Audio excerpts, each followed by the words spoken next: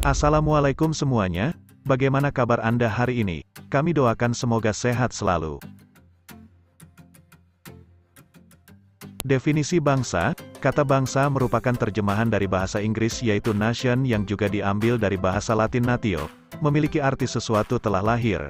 Secara rinci, kata tersebut bermakna kelompok orang yang berada dalam satu garis keturunan. Dalam buku Apakah Bangsa Itu? Karya Ernest Renan, bangsa merupakan sekelompok manusia yang memiliki kehendak untuk bersatu sehingga mereka merasa bahwa dirinya adalah sebuah kesatuan. Bangsa merupakan kesatuan karakter yang terlahir dari kesamaan derita dan kesamaan keberuntungan. Insinyur Soekarno menambahkan satu syarat lagi agar tercipta sebuah bangsa, yaitu tanah air sebagai tempat tinggal, kesatuan antara orang-orang yang merasa satu serta adanya tempat. Itulah yang akhirnya membentuk sebuah bangsa. Bangsa merupakan gambaran sekelompok besar yang identik dengan kesamaan, baik warna kulit, keturunan, wilayah dan lain-lain. Pemahaman tentang suatu bangsa sangatlah luas. Bangsa bisa mencakup suatu benua, semisal bangsa Asia, yaitu bangsa yang berasal dari benua Asia. Sedangkan negara merupakan bagian kecil dari kelompok-kelompok bangsa yang ada. Secara etimologis negara berasal dari bahasa asing, yaitu staats dalam bahasa Belanda atau state dalam bahasa Inggris yang berarti menempatkan dalam keadaan berdiri, membuat berdiri dan menempatkan, sedangkan kata negara dalam bahasa Indonesia berasal dari bahasa Sanskerta, yaitu nagari atau negara yang berarti wilayah, kota, atau penguasa. Menurut Kamus Besar Bahasa Indonesia, negara memiliki dua pengertian. Pertama, pengertian negara adalah organisasi dalam suatu wilayah yang mempunyai kekuasaan tertinggi yang sah dan ditaati oleh rakyat. Kedua, pengertian negara adalah kelompok sosial yang menduduki wilayah atau daerah tertentu yang diorganisasi di bawah lembaga politik dan pemerintah yang efektif, mempunyai kesatuan politik, berdaulat sehingga berhak menentukan tujuan nasionalnya. Unsur pembentuk negara terdiri dari dua, yaitu unsur pokok atau konstitutif dan unsur tambahan atau deklaratif. Berikut penjelasannya. Unsur pokok atau konstitutif, unsur ini merupakan unsur mutlak yang harus ada atau harus terpenuhi sebagai pembentuk suatu negara.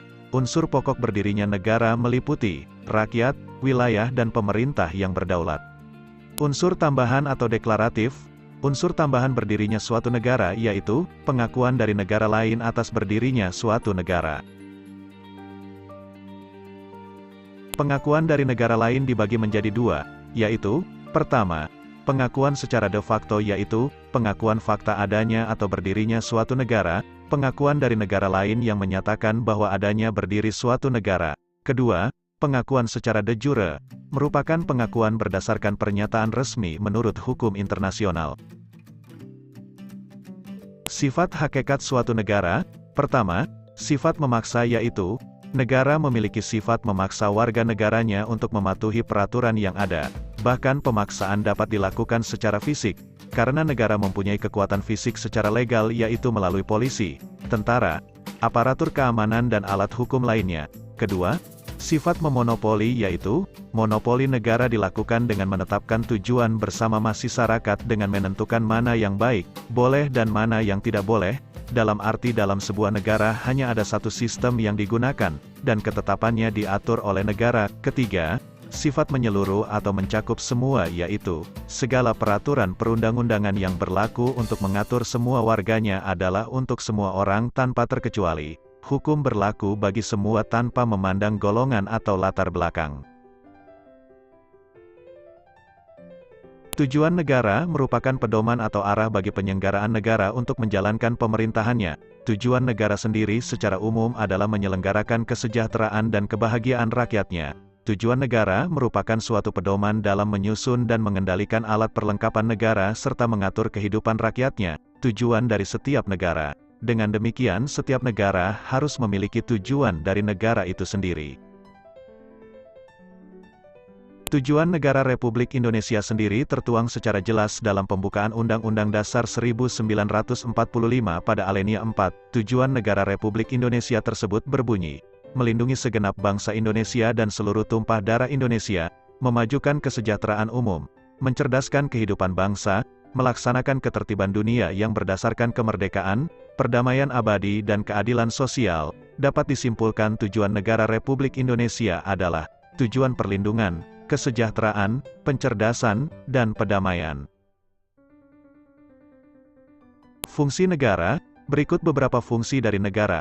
Pertama, fungsi pertahanan dan keamanan yaitu, negara harus melindungi elemen negara diantaranya, orang, wilayah, dan pemerintah dari segala ancaman, hambatan, dan gangguan, serta tantangan lain yang berasal dari internal maupun eksternal. Contohnya, penjaga militer perbatasan negara. Kedua, fungsi keadilan yaitu, negara berkewajiban untuk melakukan keadilan di depan hukum tanpa diskriminasi atau kepentingan tertentu. Contohnya, seseorang yang melakukan suatu tindakan kriminal dihukum, terlepas dari posisi dan jabatan. Ketiga, fungsi pengaturan dan keadilan yaitu, negara membuat sebuah peraturan perundang-undangan, guna untuk menjalankan kebijakan dengan adanya landasan yang kuat untuk membentuk tatanan kehidupan bermasyarakat, berbangsa dan juga bernegara. Keempat, fungsi kesejahteraan dan kemakmuran yaitu, negara untuk mengeksplorasi sumber daya alam yang dimiliki untuk meningkatkan taraf hidup masyarakat menjadi lebih makmur dan sejahtera.